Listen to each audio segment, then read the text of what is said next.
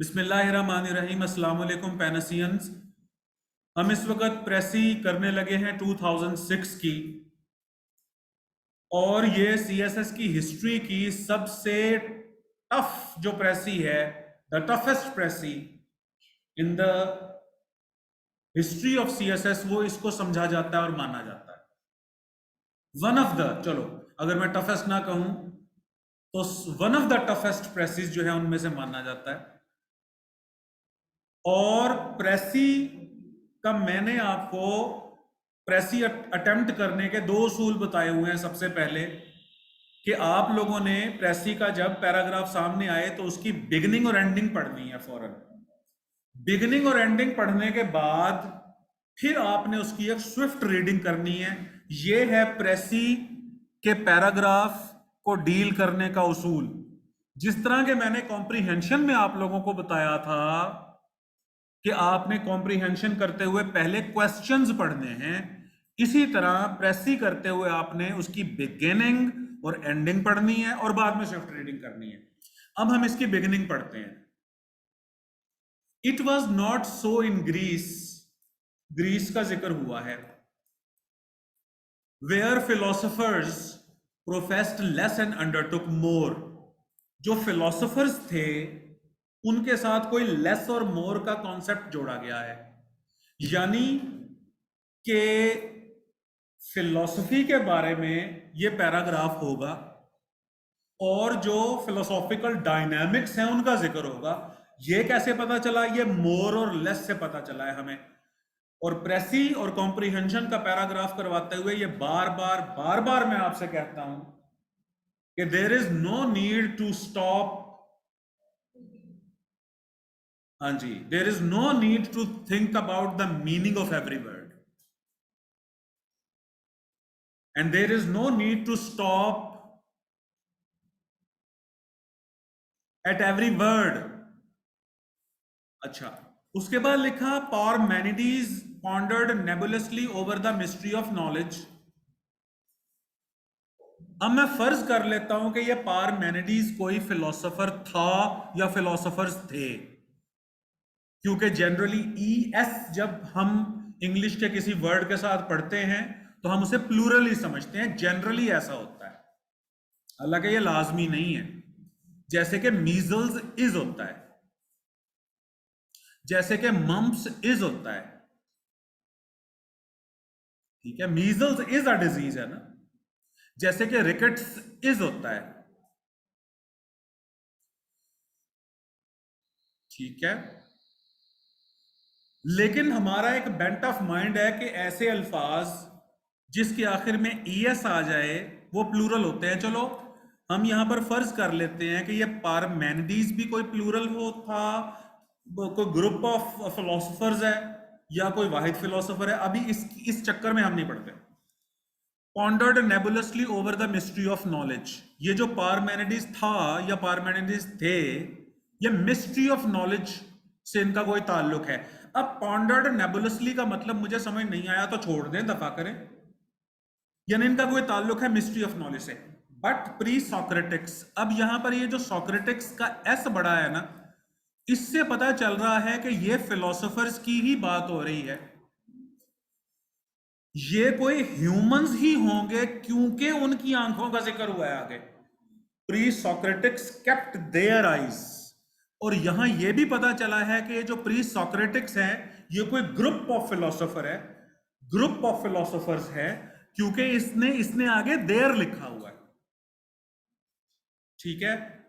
Pre सॉक्रेटिक्स अपनी आंखें fair consistency से रखते थे अर्थ के ऊपर। अच्छा, इसका अब आगे तो बहुत आसान हो जाएगा, मैं आगे नहीं पढ़ता अभी। जब इसे हम मुकम्मल पढ़ेंगे तो यू विल एंजॉय दिस। लेकिन मैंने आपको कहा था कि हमने चंद लाइनें शुरू की पढ़नी है, तो चंद लाइनों से यह पता चला कि यहां पर कोई ग्रीक का जिक्र होगा, कोई फिलोसोफर्स का जिक्र होगा। अच्छा, फिलोसोफर्स का जिक्र होगा और उनके डिफरेंट कॉन्सेप्ट्स का जिक्र होगा। बट के बाद वाले जो फिलोसोफर्स हैं वो फर्म अर्थ पे अपनी आंखें रखते हैं, केप्ट देयर आईज, वो अपनी आंखें रखते हैं with fair consistency upon the firm earth. And के बाद भी पढ़ लेते हैं, जरा थोड़ा सा सहूलत हो जाए हमें। अच्छा, अब एंड के बाद भी वही कॉन्सेप्ट होगा जो एंड से पहले है, यानी कि प्री सोक्रेटिक्स क्या करते थे, उनका कॉन्सेप्ट क्या था, अब हम देखते हैं। And sought to ferret out its secrets by observation and experience, यानी जो प्री सोक्रेटिक्स थे, इनको मैं प्लूरल कह सकता हूं क्योंकि आगे यहां पर देर लिखा हुआ है। जो प्री सोक्रेटिक्स थे वो अपनी आंखें जमीन पे रखते थे। अब ये मेटाफर है, ये एक टाइप का मेटाफर है। अच्छा, वो करते क्या थे? फर्म अर्थ अपनी आंखें जमीन पे रखते थे and sought to ferret out its secret. यहां पर इट्स क्या चीज है, किसके लिए इस्तेमाल हुआ है? अर्थ के लिए। और जमीन के सीक्रेट्स को जानने की कोशिश करते थे ऑब्जर्वेशन के थ्रू और एक्सपीरियंस के थ्रू। तो इसका मतलब यह हुआ कि प्री सोक्रेटिक्स जो थे, इनका जो मिजाज था ये ऑब्जर्वेशनल था और एक्सपीरियंशियल था। तो बट के बाद वाले जो लोग हैं ये प्रैक्टिकल लोग हैं, तो बट से जो पहले वाले लोग होंगे वो इम्प्रैक्टिकल लोग होंगे। तो शुरू शुरू में हमें चंद एक बातें पता चल गई। क्या? पॉइंट नंबर 1 फिलोसोफर्स का जिक्र है। पॉइंट नंबर 2 टू टाइप्स के फिलोसोफर्स का जिक्र हुआ, जिसमें से बट के बाद वाले जो प्री सोक्रेटिक्स हैं वो ऑब्जर्वेशन एक्सपीरियंस की बात करते हैं, जमीन पे अपनी आंखें रखते हैं। तो उससे पहले वाले आसमान पे अपनी आंखें रखते होंगे, सैयारों सितारों की बातें करते होंगे, मिस्ट्री ऑफ नॉलेज की बात करते होंगे। एपिस्टेमोलॉजी कहते हैं ना इसको। हाँ, खैर छोड़े उसको, जो भी कहते हैं।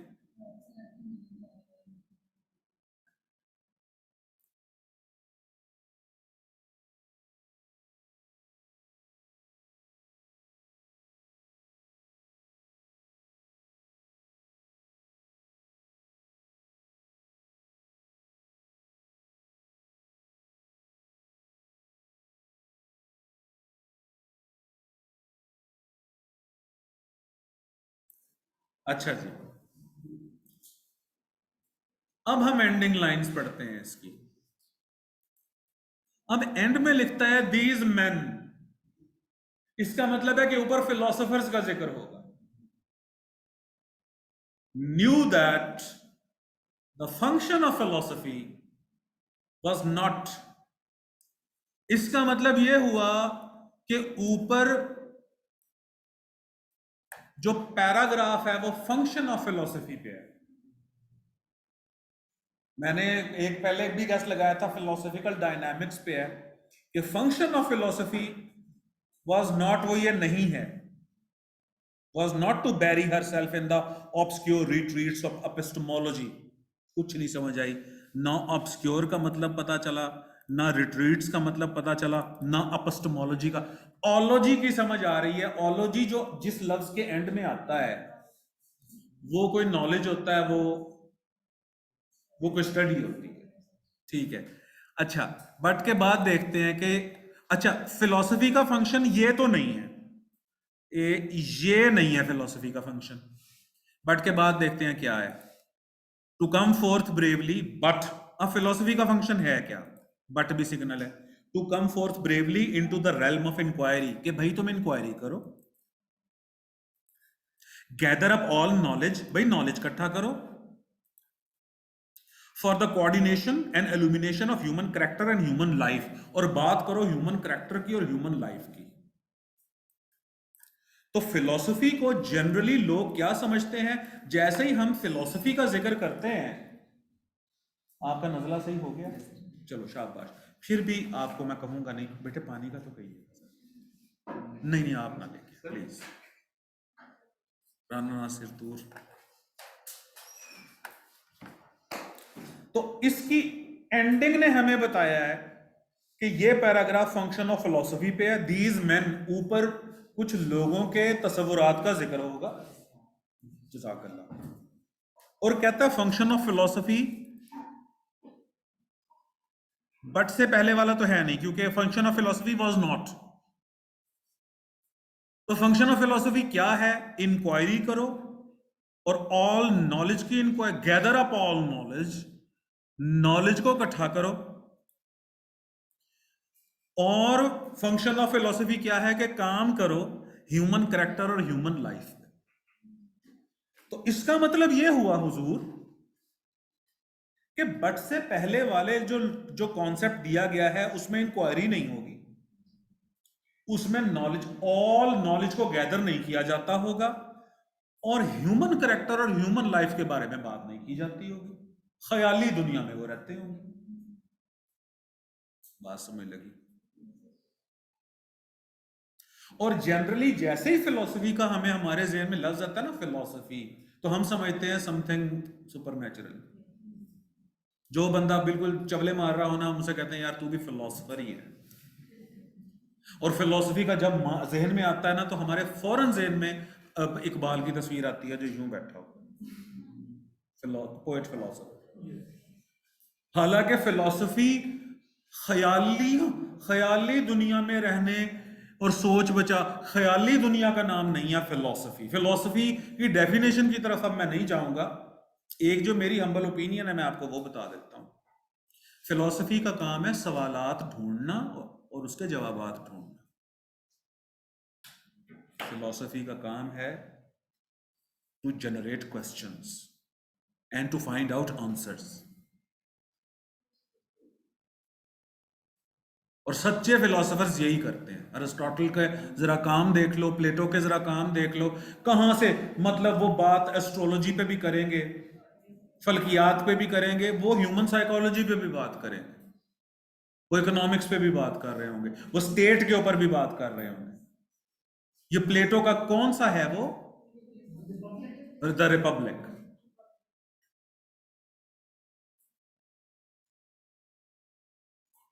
बात समझ लगी? हाँ। अब हम स्विफ्ट रीडिंग कर लेते हैं इसकी, फिर हम इसे तसल्ली से पढ़ेंगे।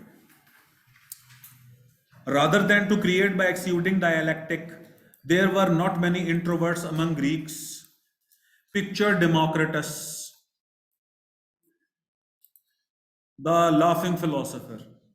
अच्छा मुझे एक बात बताओ, इसको लाफिंग फिलोसोफर कहा गया या तो पागल होगा ये, हंसता रहता होगा, हाँ हाँ। अच्छा इसका नाम क्या है, डेमोक्रेटस है या पिक्चर डेमोक्रेटस है? पिक्चर क्यों नहीं हो सकता नाम इसका? सर ये बेसिकली डेमोक्रेटिस की पिक्चर के बारे में था कि उसने एक चीज को इस तरह से पिक्चराइज। इनको लॉजिक दो ना, ये इसका नाम। Good girl. चलें, इस बेटी को उजाला का तो समझ आ गया। अब मुझे ये समझ लगी है इस बात में कि किसी ग्रीक का नाम मैंने पिक्चर नहीं सुना आज तक। कि पिक्चर अरिस्टोटल, पिक्चर प्लेटो। हाँ पारमेनिडीज हो सकते हैं, सोक्रेटिक्स हो सकते हैं, डेमोक्रेटस हो सकता है। अच्छा laughing philosopher, would he not be a perilous company for the desiccated scholastics who have made the disputes about the reality of external world take the place of medieval discourses on the number of angels that could sit on the point of a pin? Picture Thales, एक और philosopher है, who met the challenge that philosophers were numbskulls by cornering the market and making a fortune in a year. Picture Anaxagoras, who did not work, oh sorry, who did the work of Darwin for the Greeks and turned Pericles from a Pericles, from a wire pulling politician into a thinker and statesman. Picture old Socrates. अब कुछ नाम समझ आ रहा है। Old सुकरात का नाम तो जानते हो ना? हाँ, यहां से समझ आने लगे। ऊपर ये जो थेल्स है इसका मुझे नहीं पता, अनेक्सागोरस की समझ नहीं आ रही, और डेमोक्रेटस का भी सुना हुआ है नाम। अच्छा ये जो फिलोसोफर था, unafraid of the sun and और द स्टार्स, ये नहीं था डरता स्टार से और सन से। gaily corrupting young men and overturning governments. What would have done to these be spectacled, seedless philosophers? who now later the court of once great queen, to Plato. प्लेटो को तो जानते हैं, उर्दू में क्या कहते हैं इसे? अफलातून. To Plato. As those virile predecessors, epistemology was but the vestibule of philosophy, akin to the preliminaries of love. It was pleasant enough for a while, but it was far from the creative consumption that drew wisdom's lover on. Here and there, in the shorter dialogues, the master, यहां पर the master भी कहा गया, the master यहां पर प्लेटो को ही कहा गया, क्योंकि द का एक उसूल होता है कि फर्स्ट टाइम इंट्रोडक्शन हो तो तब द इस्तेमाल नहीं होता, जब उसी का सेकंड थर्ड टाइम रेफरेंस देने लगे तो फिर द इस्तेमाल होता है. There is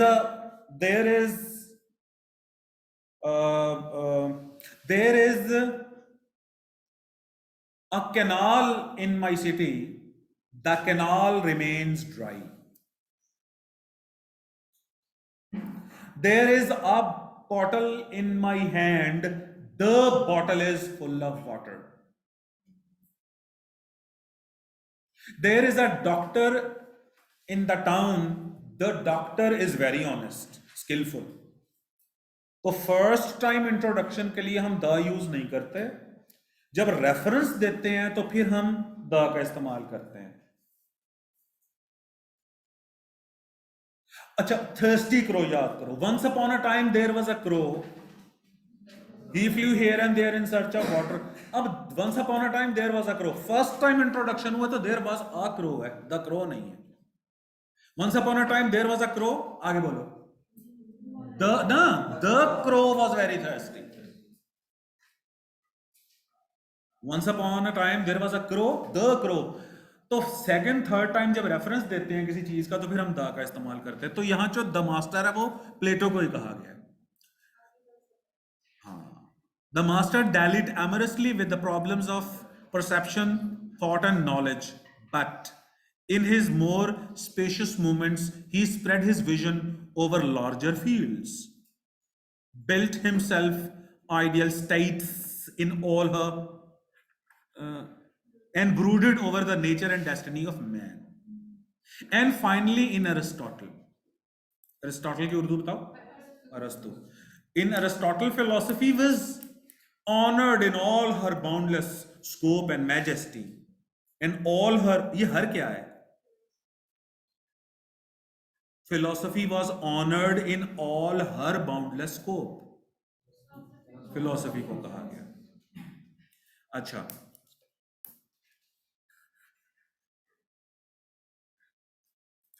and majesty, all her mansions were explored and made beautiful with odor.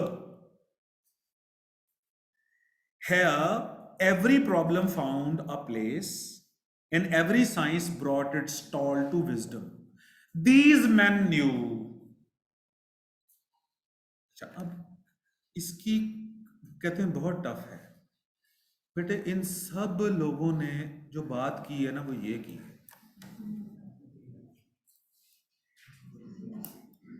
These men knew that the function of philosophy.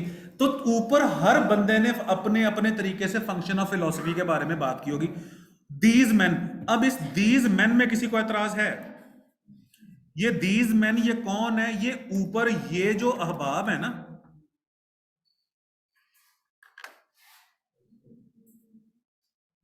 Pre Socratics, Democritus number 2, Thales number 3, Anaxagoras number 4. नहीं, ये politician है, ये politician है. Okay भाई, मुझे नहीं ना पता. तो मेरी जो डोमेन है वो तो ये पैराग्राफ है, और ना ही मैंने फिलॉसफी पढ़ी है, तो मैं इस स्टूडेंट की तरह देखूंगा इसे. अच्छा, नंबर 4 सोक्रेटिस नंबर 5, प्लेटो नंबर 6, अरिस्टोटल नंबर 7. 7 फिलोसोफर्स का जिक्र है. These man knew that the function of philosophy. तो हर किसी ने फंक्शन ऑफ फिलोसफी की क्या बात की है? बोलो जरा, क्या है फिलोसफी का फंक्शन? इमेजिनेटिव या रियलिस्टिक? रियलिस्टिक। ऊपर सब यही बातें हुई हैं। अब इसका ये नहीं मतलब कि एक ही लाइन में प्रेसी बना दो, ऊपर नाम लिखो और नीचे लिख दो कि सारे के सारे बात करते थे कि इंक्वायरी होनी चाहिए, तमाम नॉलेज को गैदर अप करना चाहिए, और ये सारे लोग कहते थे कि ह्यूमन करैक्टर और ह्यूमन लाइफ, इसकी इसमें कोऑर्डिनेशन और इल्यूमिनेशन का जानते हो? रोशन करना। मुझे सच्ची सच्ची बताओ जी, कितनों को नहीं पता इल्यूमिनेशन का मतलब? 1 2 3 4 5 6, ठीक हो गया। नहीं पता ना, मुझे भी नहीं पता। अब आप देखो, एंड से पहले कोऑर्डिनेशन है, ह्यूमन वेलफेयर का काम हो रहा है, तो एंड के बाद ये इल्यूमिनेशन भी कोई ह्यूमन वेलफेयर का ही काम है, एंड दैट्स इट।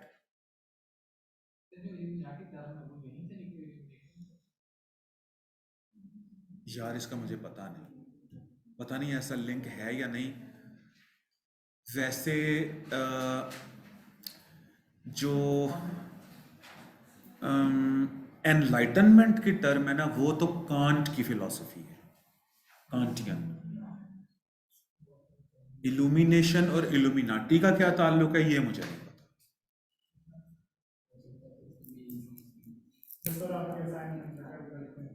देख लो। वैसे तो मुझे ये भी एक मतलब मिस्टीरियस सा फेक सा ही लगता है। सर वो यूथ क्लब है सर, एक बड़ा फेमस, वो इस पे सारा दिन बोलता रहता है सर। इल्यूमिनाटी पे बहुत यार हम जो है ना, असल में ह्यूमंस, हम क्यूरियस हैं।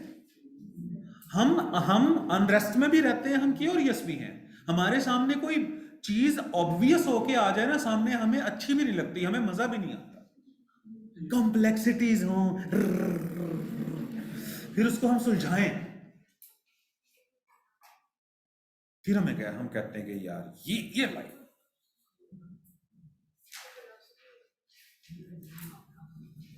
सर बरमूडा ट्रायंगल भी इन्हीं से जोड़ी जाती है मैथमेटिक्स से, कि ये सारा जो साइन वगैरह है। तो सर मैं सर्च कर रहा था इनके बारे में। वो जहां जहाज डूब जाते हैं। सर वो एक्चुअली नीचे बहुत स्ट्रॉन्ग इलेक्ट्रोनेगेटिव इम्पैक्ट्स हैं, इसीलिए सर वो ऊपर से लेकिन वहाँ कहते हैं कि सर वो शैतान है सर, और दज्जाल है। शैतान तो इधर है बेटे।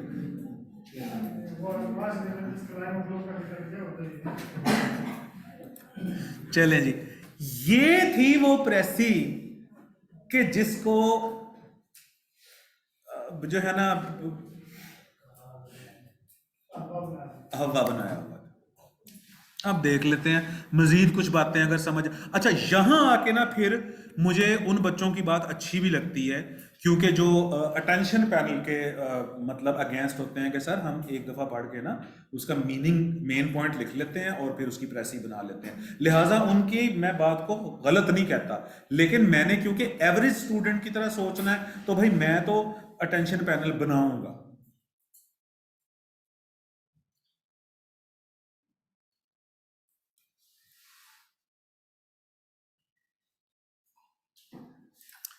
It was not so in Greece, where philosophers professed less and undertook more. Less और more, इसका मतलब ये है। अच्छा, it was not so in Greece, इसका कोई कोई ताल्लुक समझ कि ग्रीस में तो ऐसा नहीं था, यानी लगता है कि इससे पहले कोई चीज होगी जिसके बारे में ये कमेंट्स दिया गया है।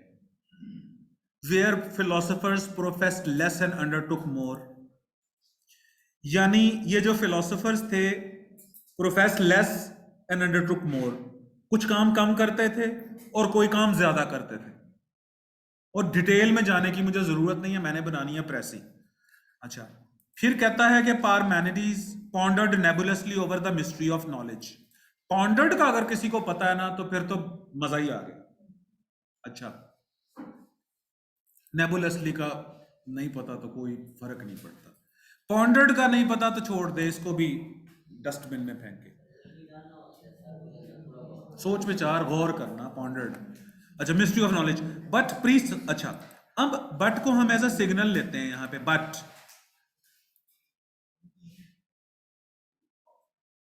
ये जो ऑनलाइन बच्चे बैठे हैं, आप सुन रहे हो ना बेटे?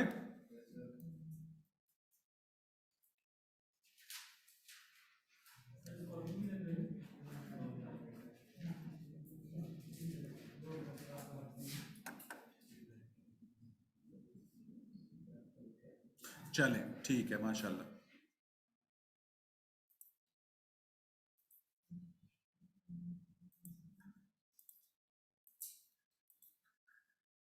ठीक हो गया जी। But the pre Socratics kept their eyes with fair consistency upon the firm earth। अच्छा, अपनी आंखें, kept their eyes को करता हूं मैं अंडरलाइन, हाईलाइट। अपनी आंखें रखते थे अपॉन द फर्म अर्थ, जमीन पे। एंड को लेता हूं मैं सिग्नल के तौर पे, यहां पर बट सिग्नल के तौर पे है, और यहां and sought to ferret out. ये सर्च क्यों लिखा हुआ है, ये भी हटाऊं मैं।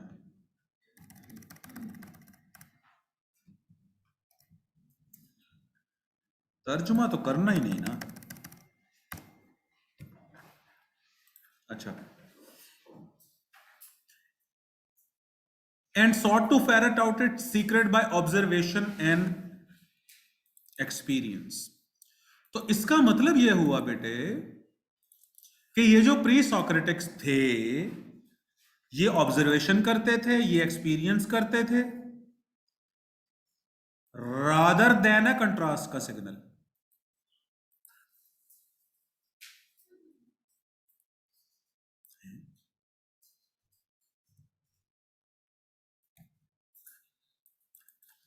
रादर देन है कंट्रास्ट का signal, rather than to create it by exuding dialectic, there were not many introverts among the Greeks.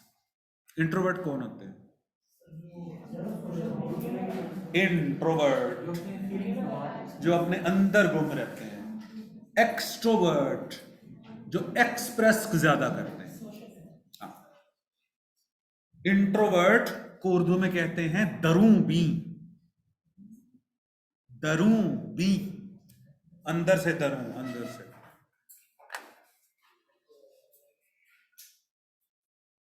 अब इसकी जो प्रेसी बनाई है, Greek philosopher did not have the same approaches, ये क्यों लिखा? अच्छा, पारमेनिडीज वाज इमेजिनेटिव, ये क्यों लिखा? शाबाश, क्योंकि वो मिस्ट्री ऑफ नॉलेज पे बात करते थे। अच्छा, फिर but the pre Socratics were practical like most of the other Greek philosophers. अच्छा, but the pre Socratics were practical, यहां पर बात खत्म होनी चाहिए। Like most of the other Greek philosophers, ये क्यों लिखा? क्योंकि सारा नीचे, सब नीचे वाले जो है वो प्रैक्टिकल है। तो इसका मतलब ये हुआ कि ये जो पारमेनिडीज था, ये अकेला मतलब एक कंट्रास्ट दिया है, इमेजिनेटिव था, और जो प्री सॉक्रेटिक्स थे वो प्रैक्टिकल थे। अच्छा, इनको प्रैक्टिकल क्यों लिखा है मैंने? क्योंकि ये ऑब्जर्व, क्योंकि नहीं, केप्ट देयर आइज से बात शुरू करो। क्योंकि वो अपनी आंखें रखते थे जमीन पे, यानी जमीन, यानी इस दुनिया को खोजने की कोशिश करते थे, सवाल जवाब इस दुनिया के मुतालिक।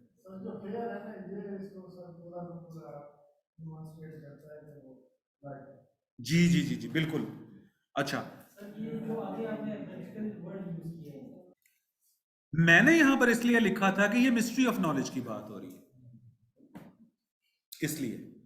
अच्छा, अब कहता है picture Democritus the laughing philosopher.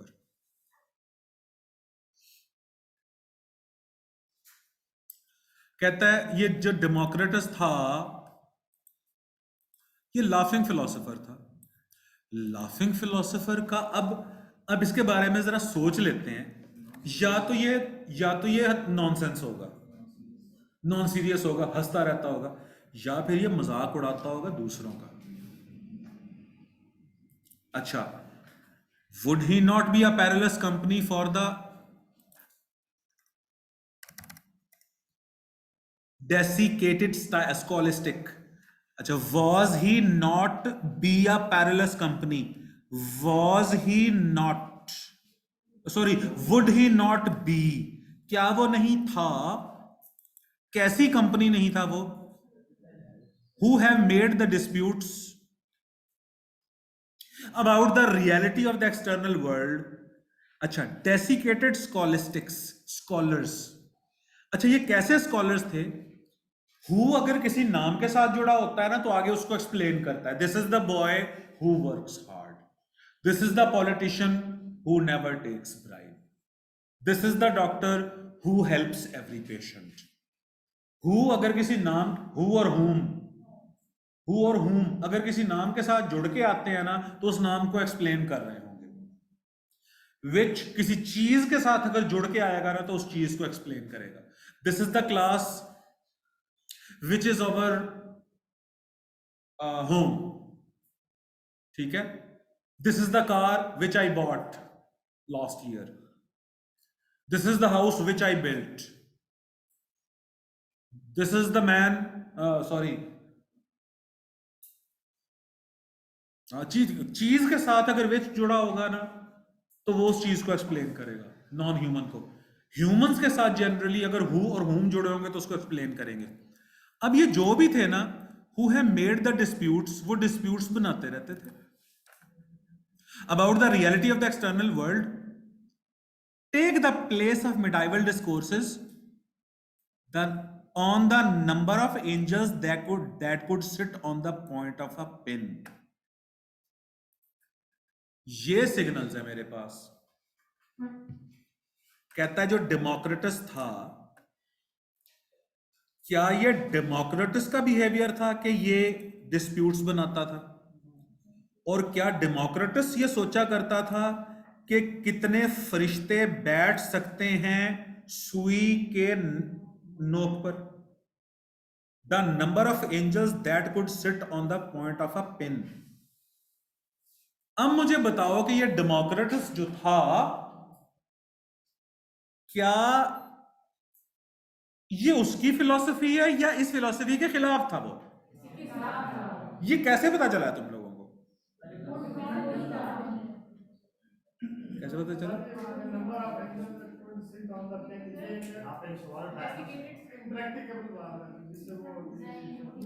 मेरा सवाल और है, मैं सवाल यह कर रहा हूं आप लोगों से।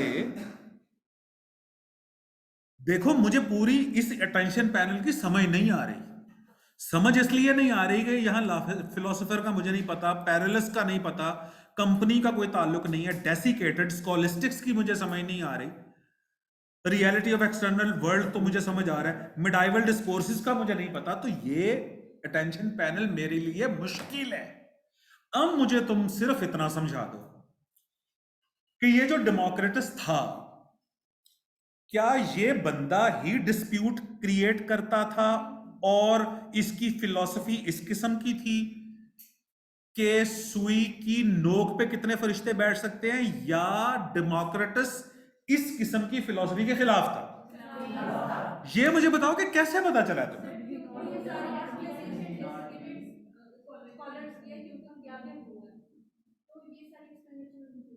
सर ये सारे उन्होंने जो डेसिकेटेड स्कॉलर्स हैं उन्होंने ये पब्लिकेशंस बनाई हैं सर, जो इसकी नहीं ना यार, मुझे डेसिकेटेड स्कॉलर्स का भी नहीं ना समझ, मुझे इसका भी मतलब नहीं पता। मुझे जब स्कॉलिस्टिक्स का मतलब ही नहीं पता तो मैं हु हैव मेड का मतलब, मेड डिस्प्यूट्स का क्यों मैं जोड़ूं उसके साथ? जी, लाफिंग या मजाक उड़ा रहा है तो अच्छी कंपनी तो नहीं होगा।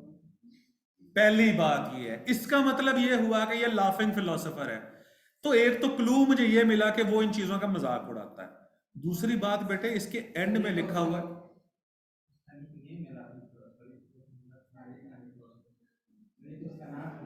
एक हिंट मिल गया ना मुझे, चले मैं सोच लेता हूं कि वो इन बातों का मजाक उड़ाता था। वो कह रहे हैं उसका टाइटल है, निकनेम उसको दिया हुआ है, टाइटल दिया हुआ है उसको इस बंदे ने, ये जो राइटर है। उस्ताद जी मुझे समझ नहीं आ रही, बनो मेरे उस्ताद, जरा समझाओ ना उस्ताद जी, मुझे नहीं समझ आ रही। आप लोगों को सबको समझ आ गई है कि ये डेमोक्रेटस इस स्कूल ऑफ थॉट के एंटी था।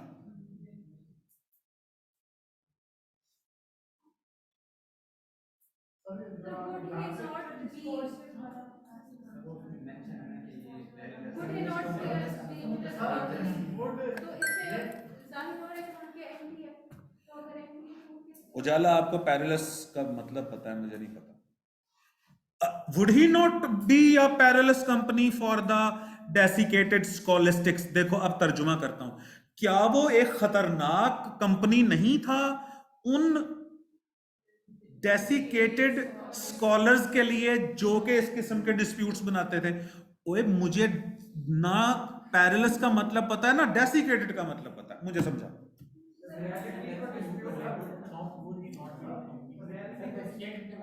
इसमें लिखा हुआ है कि वो उस कंपनी का हिस्सा नहीं था जो कि ये आगे अबाउट एक्सटर्नल फंड सब मेडिकल रिसोर्सेज।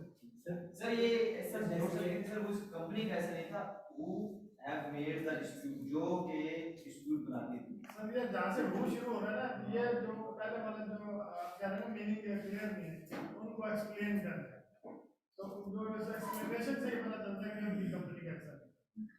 सर नहीं समझ आई। अच्छा, ऐसे स्टूडेंट को बाहर भेज देना चाहिए। तुझे नहीं ना समझ आ रही, तू बाहर निकल।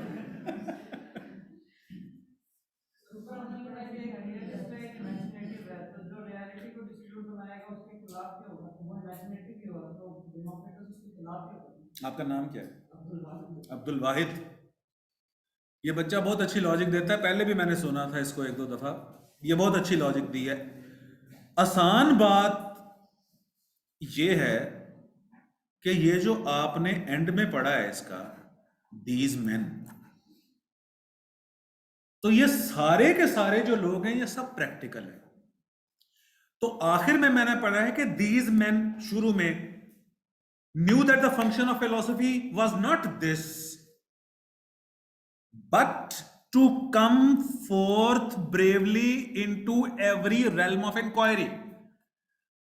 तो इसका मतलब ये हुआ कि ये जो भाई साहब थे, for example Democritus never was a part of useless philosophical arguments।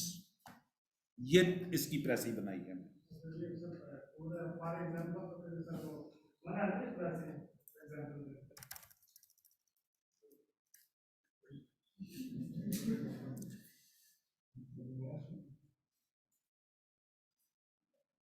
सही कह रहे हैं आप, इस बात पे कायम रहते हैं। यहां कोई लफ्ज जोड़ दो साथ।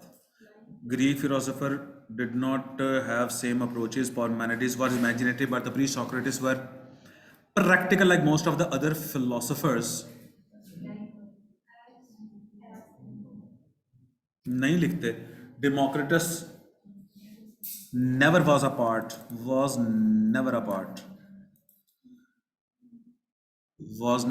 of the useless philosophical arguments।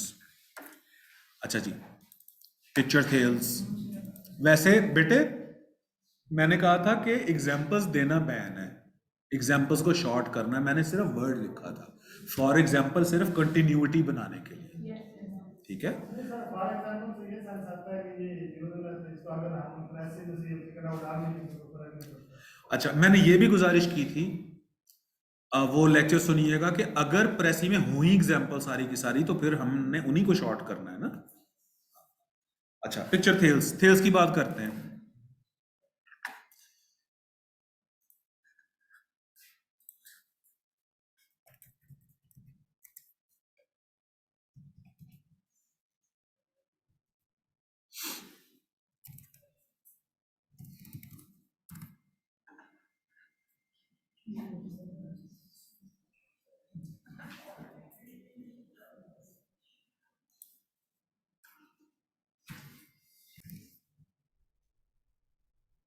Who met the challenge?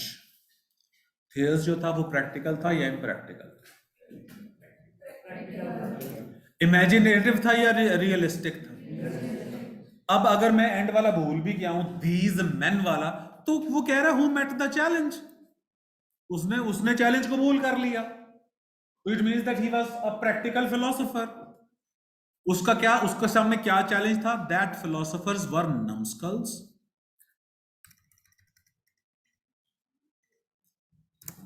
By cornering the market and making a fortune in a year। कख नहीं समझ आई मुझे। हु मेट द चैलेंज, जिसने चैलेंज कबूल किया, दैट फिलोसफर्स वर नम्सकल्स। अगर तो नम्सकल्स की समझ आए तो क्या ही बात है कि फिलोसफर्स तो ऐसे होते हैं, उसने ये चैलेंज कबूल किया, फिलोसफर्स तो नम्सकल्स होते हैं। यानी एक मिनट ठहरो ना, उसको क्या चैलेंज दिया गया होगा कि फिलोसफर्स कैसे होते हैं, निकम्मे। ये चैलेंज उसने कबूल किया होगा। ये कैसे पता चला आपको कि फिलोसफर्स जो है वो, उसको ये चैलेंज मिला होगा कि फिलोसफर जो है वो निकम्मे होते हैं या इमेजिनेटिव होते हैं?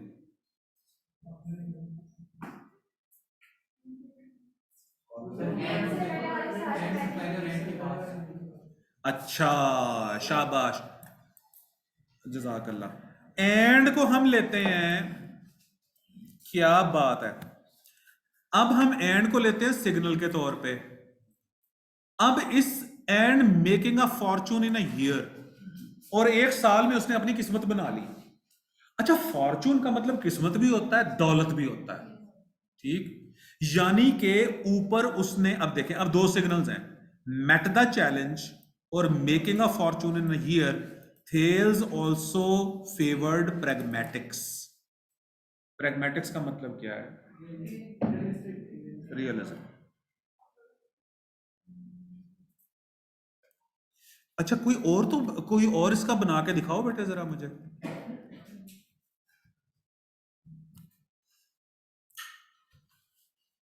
इस अटेंशन पैनल की जरा कोई प्रेसी तो बनाओ। ये थेल्स ऑल्सो फेवर्ड प्रैग्मेटिक्स अच्छी नहीं है। तो मैं ये गुजारिश कर रहा था कि अब आप जरा इसका बना के दिखाओ। Thales also favoured pragmatics, Thales also believed in the realistic approach, Thales was also a realist. ये किसने बोला था? शाबाश, ये बिल्कुल ही मुख्तसर हो गई बात। अच्छा, थेल्स आल्सो सपोर्टेड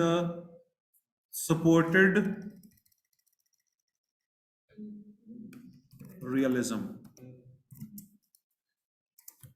अच्छा, अगला अटेंशन पैनल देखते हैं आप। Picture Anaxagoras. Anaxagoras who did the work of Darwin for the Greeks। Anaxagoras, बताओ किस किस्म का फिलोसफर था? सिर्फ इस क्लॉज को पढ़ के बताओ।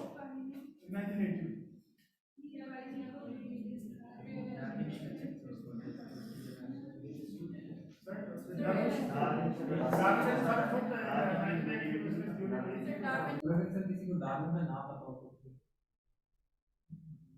क्या? वो कह रही उसे मर जाना चाहिए।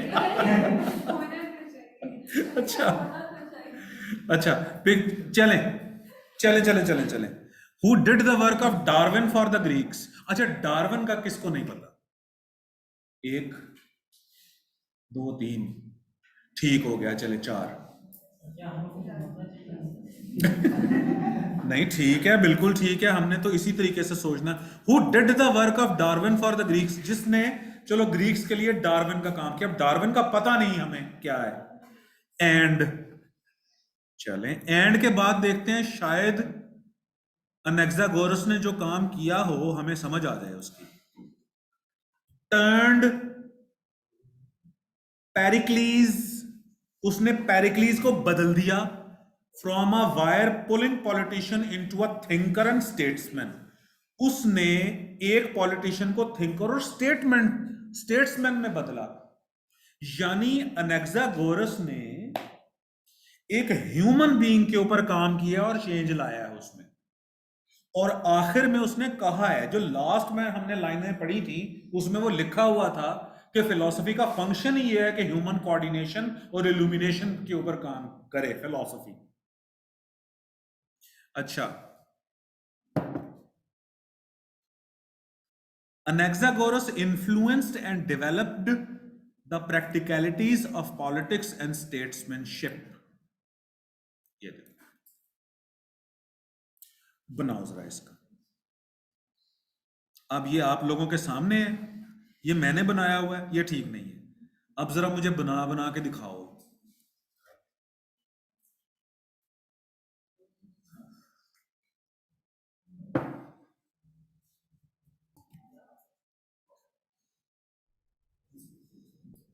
अच्छा जी, अब इसकी मजीद जो यहाँ पर प्रेसी इस क्लास ने बनाई है बैच 211, 212 और 213 ने, वो ये है कि Anaxagoras transform the mentality of a politician, Anaxagoras develop the thoughts of a politician, Anaxagoras evolved politics. अब ये एक अच्छा लगा है।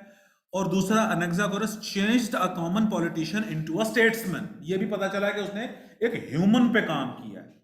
अच्छा, पिक सोशल नॉर्म भी आ सकता है, जी, सोशल नॉर्म। सोशल नॉर्म नहीं, क्योंकि उससे उसका स्कोप बहुत बढ़ जाएगा बेटे, ठीक है ना।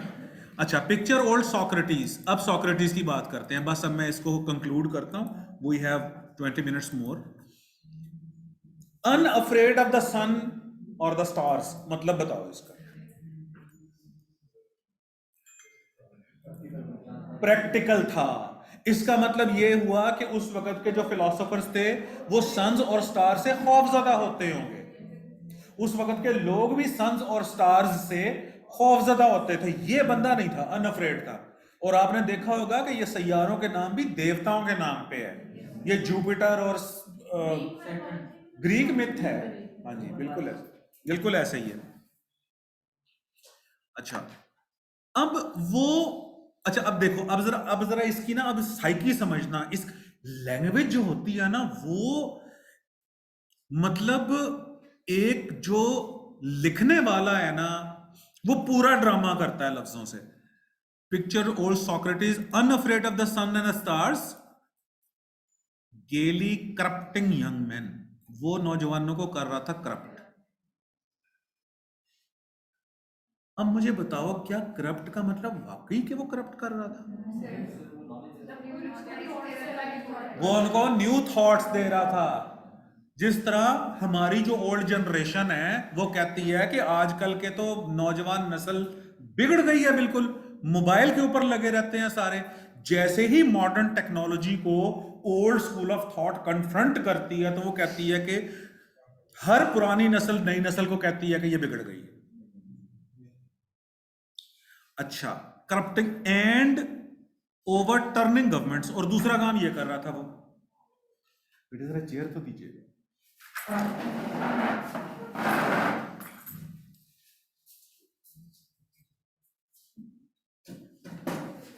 जज़ाकल्लाह। अच्छा, ओवरटर्निंग गवर्नमेंट्स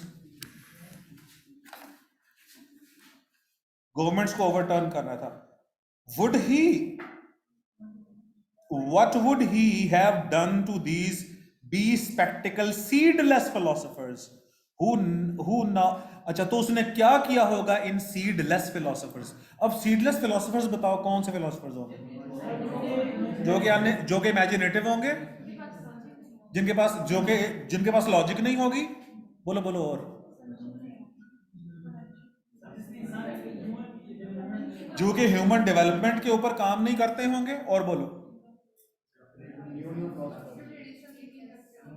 जो कि सन और स्टार से अफ्रेड होंगे। शाबाश।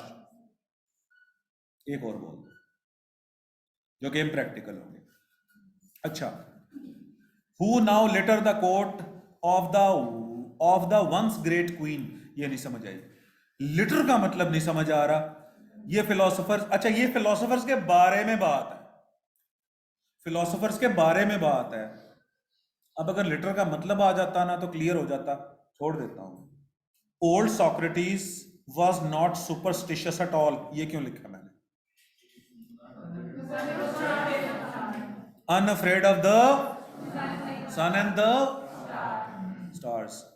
He not only changed the behavior of the young generation but also purified the court and discouraged the unrealistic philosophers. अब ये प्योरीफाइड द कोर्ट इसलिए लिखा है कि अगर इन फिलोसोफर्स का ताल्लुक ग्रेट क्वीन के कोर्ट से है तो वो गंद ही मचा रहे होंगे वहां पे। लेटर का मतलब भी गंद होता है।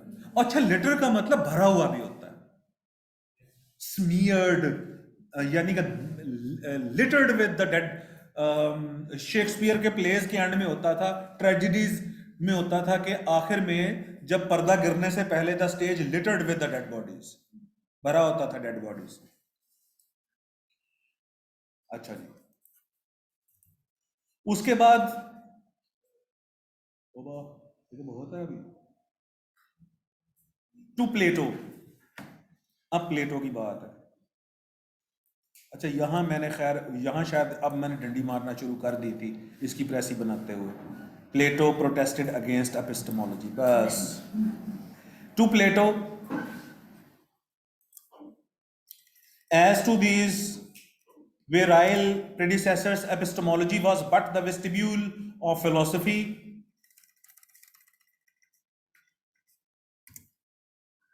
akin to the preliminaries of love. अच्छा, यहां इट किसके लिए, सिर्फ ये बता दो मुझे, पढ़ लो जरा। To Plato as to these virile predecessors. अच्छा, टू प्लेटो का मतलब है according to Plato, to me का, टू हिम का मतलब है according to him. According to me तो गलत है, बिल्कुल गलत है, सही कह रहे हैं। अच्छा, इट वॉज, अच्छा मैं पूछ रहा था कि एपिस्टेमोलॉजी, ये इट जो है वो किसके बारे में?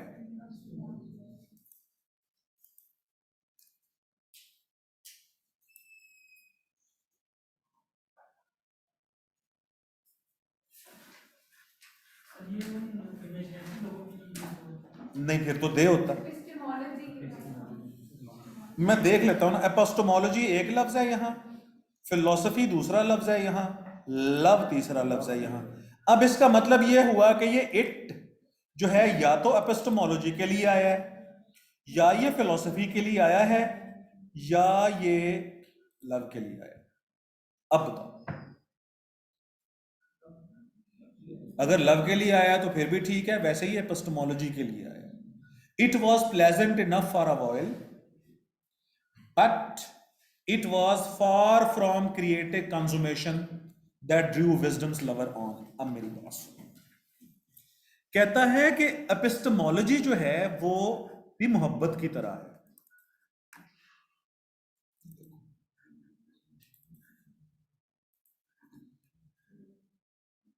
akin to का मतलब होता है रिलेटेड टू, खैर इसको नहीं देखते। एपिस्टेमोलॉजी भी, या एपिस्टेमोलॉजी को ले लो या लव को ले लो यहां पे।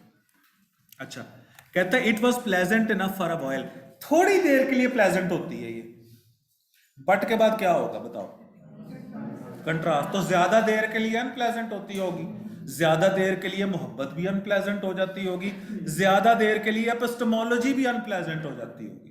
बट के बाद जो लिखा हुआ है, but it was for from creative consummation that drew wisdom's lover on, इस पूरे को मैं छोड़ता हूं यहां, यानी कि यहां पर ये जो बट है ये हमारा सिग्नल है।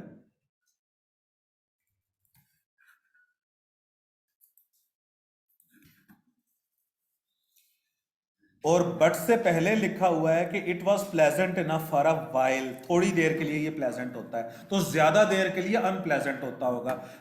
प्लेटो protested against epistemology.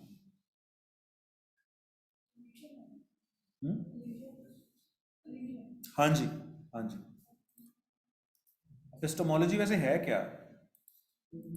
Study of,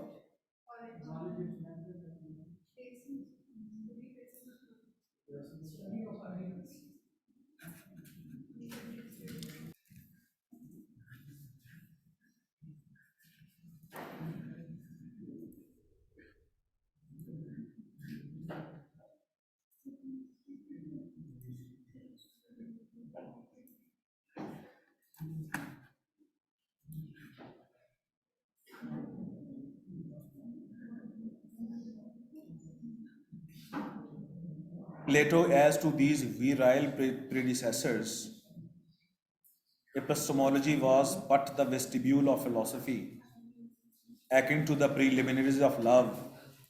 It was pleasant enough for a while. यानी epistemology जो है, यानी कि जो स्टडी ऑफ नॉलेज है, ट्रूथ है, बिलीव है, रीजन है, एविडेंस है, स्टडी ऑफ रिलायबिलिटी है, कहता है शुरू शुरू में तो ये चीजें अच्छी लगती हैं, खुशगवार होती हैं, pleasant enough for a while, लेकिन ज्यादा देर तक, ज्यादा दूर तक अनप्लेजेंट हो जाती है। अच्छा, प्रोटेस्टेड अगेंस्ट की जगह कुछ और लफ्ज बोलो। क्रिटिसाइज बहुत अच्छा लफ्ज, कौन बोला? प्लेटो कास्टिगेटेड एपिस्टोमोलॉजी फॉर बीइंग इम्प्रैक्टिकल। शाबाश, बिल्कुल ठीक है बेटे।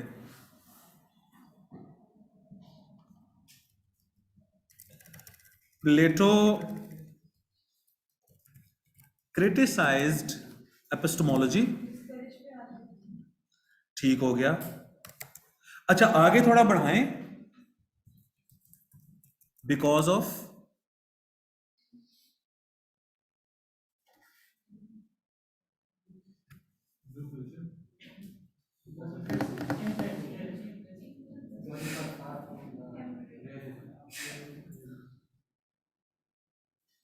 because of its long term unpleasantness।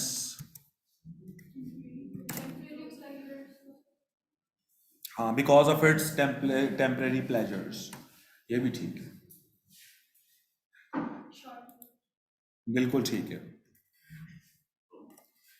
अच्छा, here and there the shorter, here and there in the shorter dialogues the master dallied amorously with the problem of perception, truth and knowledge। वही, sorry, here and there। अच्छा, अब जो प्लेटो है, here and there का मतलब बताना। नहीं,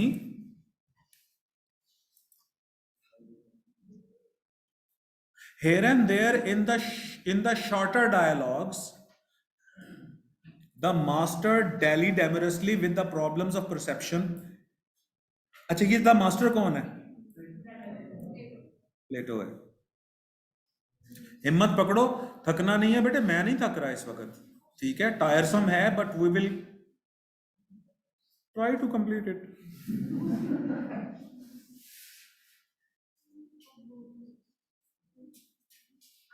अच्छा, आप ये देखो कि हम जिस तरह से हैंडल कर रहे हैं वो तो इंटरेस्टिंग है। अच्छा, here and there in the shorter dialogues. अच्छा, अब मुझे शॉर्टर डायलॉग्स का तो मतलब बताओ। थोड़े वक्त के लिए the master dallied amorously with the problems. ये जो द मास्टर था, ये जो प्लेटो था, थोड़े वक्त के लिए इन प्रॉब्लम्स पे उसने काम किया होगा। कौन से? परसेप्शन पे, थॉट पे, नॉलेज पे। बट अब यहां बताओ, बट के बाद देखते हैं कोई अगर काम का, यानी कि प्लेटो ने भी एपिस्टेमोलॉजी पे काम किया था, but in his more spacious moments he spread his vision over larger fields, built himself ideal states and brooded over the nature and destiny of man। अब बताओ, बट के बाद ये जो प्लेटो साहब हैं ये क्या कर रहे हैं? आइडियल स्टेट्स पे काम कर रहे हैं और रियलिस्टिक अप्रोच है इनकी, और स्प्रेड हिज विजन से रिसर्च वर्क कर रहे हैं, और ब्रूडेड ओवर से, और किस चीज पे काम कर रहे हैं? मैन पे, ह्यूमन बीइंग पे। तो इसका मतलब है कि ये देखो, अब शॉर्टर डायलॉग्स को एक कलर में करता हूं, शॉर्टर डायलॉग्स और मोर स्पेशियस मूवमेंट, स्पेशियस स्पेस से निकला है। तो इस मास्टर ने शॉर्ट टर्म के ऊपर इन चीजों पे भी काम किया है, लेकिन इसकी लॉन्ग टर्म जो टास्क, जो इसके काम है, वो nature and destiny of man. अच्छा, Plato criticised epistemology because of its long term unpleasantness. His philosophical concerns revolved around human life and existence।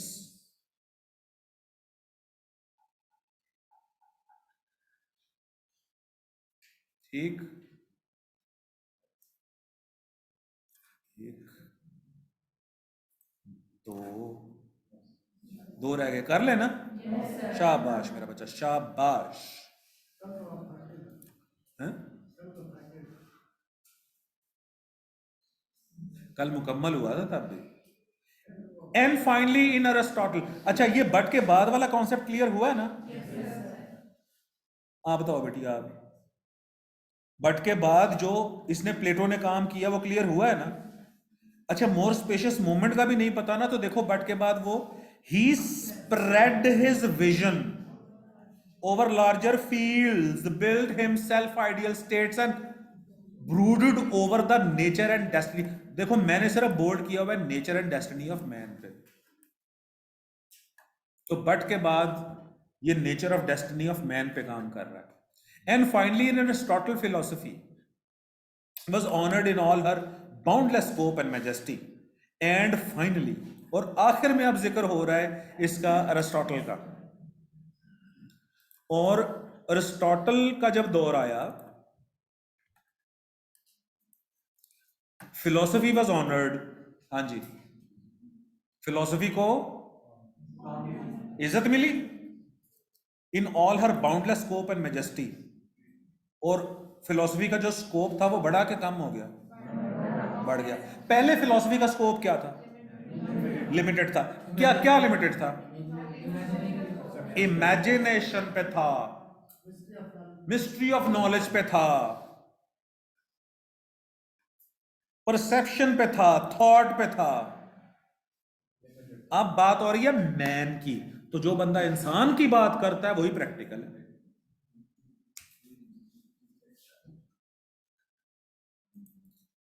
अच्छा, all her mentions were explored। Philosophy के mentions को explore किया गया। Mentions का नहीं पता मुझे, एक्सप्लोर्ड। अच्छा, इसका बाउंडलेस स्कोप हो गया, इसको हाईलाइट करते हैं। फिलोसफी के अंदर एक मेजेस्टी आ गई, फिलोसफी में चीजें एक्सप्लोर की गई, मेड ब्यूटीफुल विद ऑर्डर। उसके अंदर एक ऑर्डर आया फिलोसफी में। Here every problem found a place, हर प्रॉब्लम को उसकी जगह मिल गई। And every science brought its toll to wisdom, और हर साइंस और विजडम का बोलबाला हो गया। ब्रॉट इट्स टॉल का नहीं पता मुझे क्यों जी। तो आहिस्ता आहिस्ता काम करते करते Aristotle till the era of Aristotle, philosophy became practical, reasonable and scientific। एक और भी इसके अंदर, फिलोसफी बिकम, ये बाउंडलेस स्कोप एंड मेजेस्टी को किसी तरह एक लफ्ज में बोलो।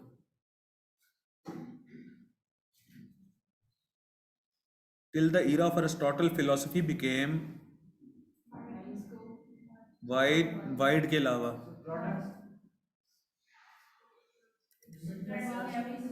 limitless, expanding.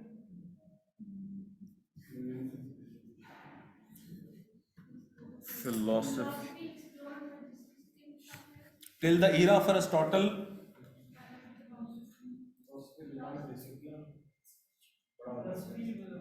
philosophy matured, became practical, reasonable and scientific। These men knew that, ये हमने शुरू में पढ़ा था, the function of philosophy। इसका टाइटल क्या होना चाहिए?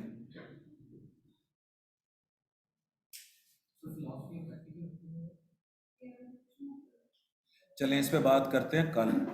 बहरहाल टाइटल का एक जुगाड़ ये भी है कि बिगनिंग और एंडिंग भी बताती होती है टाइटल बाज औकात। was not, अभी तो कुछ भी नहीं किया हुआ, was not to bury herself in the obscure retreats of epistemology। कि फिलॉसफी का फंक्शन ये नहीं है कि ऑब्सक्योरिटी हो और एपिस्टेमोलॉजिकल कंसर्न्स हो सिर्फ, बट कंट्रास्ट है यहाँ पे। ये तो बात हमने की थी पहले। तो फिलॉसफी का फंक्शन क्या हुआ? To come forth bravely, come forth, सामने आए। into every realm of inquiry, philosophy inquire करे, gather up all knowledge, knowledge को इकट्ठा करे, gather up all knowledge for the coordination and illumination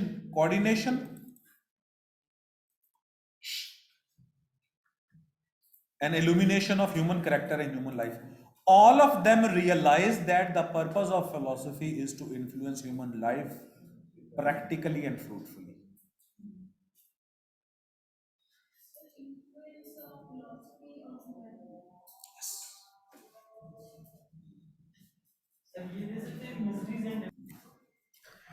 अच्छा जी, अब कल हम ऐसा करते हैं कि इसके मेजर, बल्कि आप ऐसा करो, ये होमवर्क का कर लो, इसके माइनर करंट्स लिखो, इसके मेजर करंट्स लिखो और इसका टाइटल लिख लो सारे। माइनर करंट्स लिखो, फिर मेजर करंट्स लिखो और फिर टाइटल लिखो। और एक काम और कर लो कि ये जो प्रेसी हमने बनाई है ना, इसको इकट्ठा करके भी लिखाओ, देखो कि उसके अंदर एक रब्त बन रहा है। नहीं बन रहा तो आप उसके अंदर फिर कुछ लफ्ज ऐड कर दो, कुछ डिलीट कर दो, कुछ रिमूव कर दो, ठीक। फिर आप लिख लाओगे तो जिसने सबसे अच्छा लिखा होगा उसको मैं इधर ऐड कर दूँ। अल्लाह हाफिज।